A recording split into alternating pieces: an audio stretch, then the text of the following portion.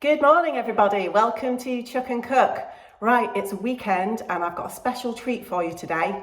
You are not going to be watching me chuck today. No, we've got a special guest appearance on today, and it's a family member who loves baking and has a passion for making desserts, sweet things, sweet treats, and she'd like to make an apple crumble. So I thought, why not do it in the slow cooker?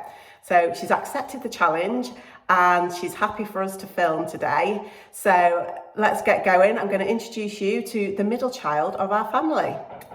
Hello everybody, nice to meet you all. Today I'm going to make an apple crumble in the slow cooker.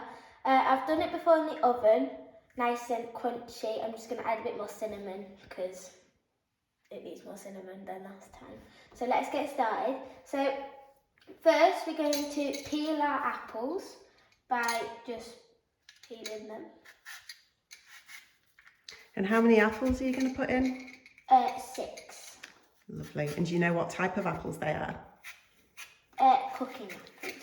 Oh, no, they're not. So last time you made apple crumble, you used cooking apples that our neighbours kindly donated.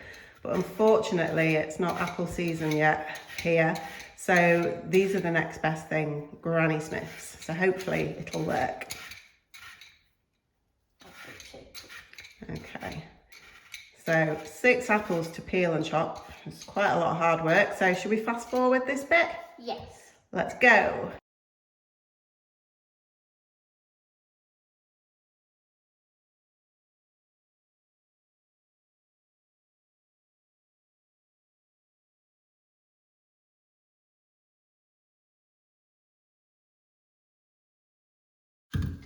Okay, so that is all the apples, all 6 apples chopped and peeled.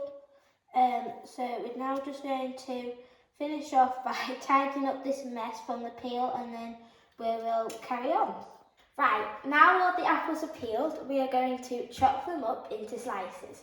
So how we're going to do that is we're going to slice off each of the sides, trying to get as much of the apple as we possibly can, without getting the bottom of the apple, obviously.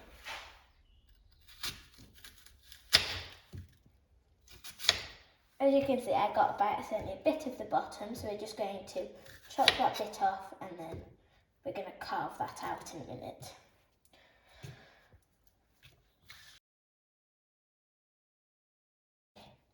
Now I have chopped up all these apple slices.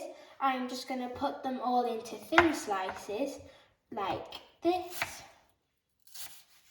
And then I'm going to pop them all into a bowl. And I'm going to pop them into this glass bowl here.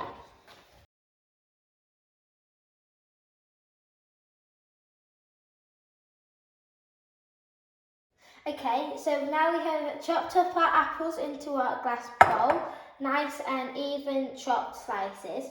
Now we're going to move on to the sugar and cinnamon. So I'm going to put 6 dessert spoons of sugar into our bowl of apples, just to give it that sweetness and that nice. 1, 2, 3, 4, 5, 6. Okay, now that I have done the sugar looking nice and good, now I'm going to put in the ground cinnamon, and I'm going to do like 5 dashes or something like that. Like that. Okay, now what we're going to do is we're going to stir all that in with a wooden spoon. So let's get the wooden spoon. Like this. And I'm just going to stir it in so all the apples are coated in the sugar and the cinnamon. As you can see, you can obviously tell that the sugar and cinnamon defo covering up all the apples.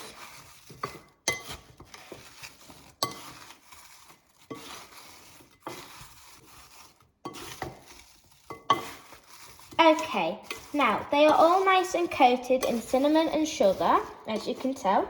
We're going to move on to the powder on the top, and it gives you that crunchness and that nice stuff. So what we're going to do is we're going to do around about another 6, maybe 7 heapspoons of flour, and this is a plain flour. And this is a tablespoon you've got, isn't it? Yeah. I think that's around about good. Now, what we're going to do is we have a 250 grams of salted butter, and what we're going to do is we're going to split that butter in half. So that is round about there, as it says on the butter pack. This, I'm just going to slice it in the middle where that line is with our knife. Let's go round about half there.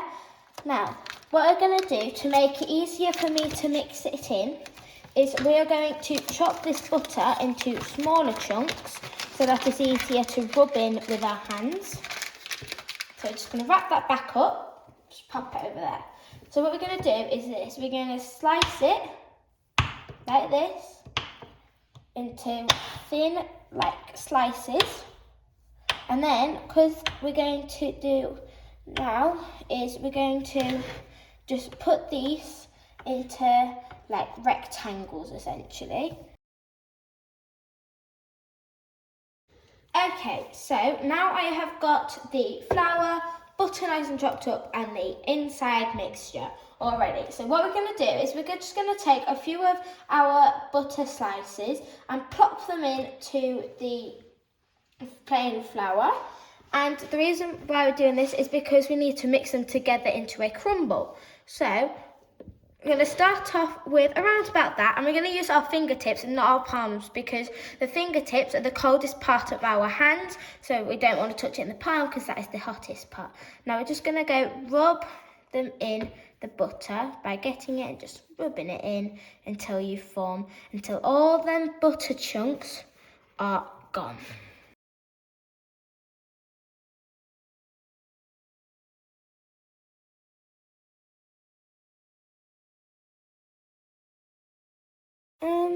I would say that is around about good, actually.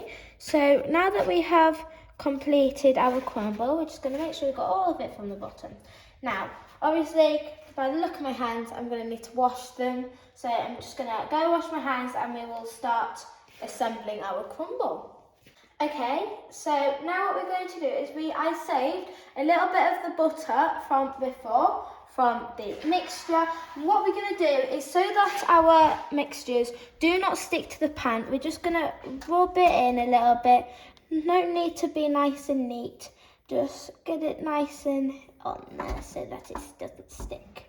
On all the sides. Don't leave any big clumps of butter. Like that, and I'm going to do the same on this side, like this.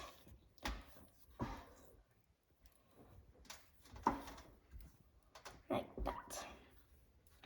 Okie dokie. So now we're looking nice and buttered up here. So we're going to now start assembling our ingredients, like that. Okay. So we're going to start assembling the ingredients now. So we're going to do half and half. So we're going to start off with our apple, and we're just going to half it into each side like this. So we're just going to estimate around about half, I would say almost there. That's around about half, and the rest into the other side like this. It's going to get it nice and spread out, nice and evenly. Make sure you get some of them juices of the cinnamon in there, like that. Okay, so now we're going to get our flour and butter mixture, and we're just going to half that in as well, like so. Bit of there. Making a little bit of a mess here, but that's okay. You can just tidy it up. Okay, spread that out, like that. That is looking delicious. So what we're going to do is lace a tea towel just over the top of it like this, and put the lid on and let it cook. Okay, and why are you putting the tea towel on? So that it doesn't get all sweaty and humid inside of it. Although it'll be hot, it won't get all condensation-y and it won't go all soggy that's because a we good want idea. it to be nice and crunchy like a crumble. Okay, and then, so what setting are you going to put on and for how long? So I'm going to put it on low and we're going to leave that for around about 5 hours, I reckon. So hope to see you all again. See you soon. Bye. Okay, so it's been 5 hours and we're just going to check on our apple crumble. Oh, it's looking and smelling good. So we're going to eat our tea and we're going to dish this up and we'll give it a try. Welcome back. So the apple crumble is all ready and cooked. Got some custard in there, so let's dig in.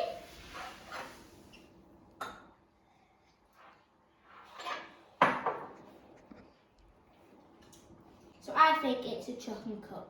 It's actually really good. Good consistency of cinnamon. Really nice. Yeah. It's a chuck and cook from me. Okay then. Well done, mate. I need more custard though. Where's all the custard? But Oh, charming. I definitely think that it is a chuck and cook. Definitely recommend it. Thank you for watching. See you all later. Bye. Bye.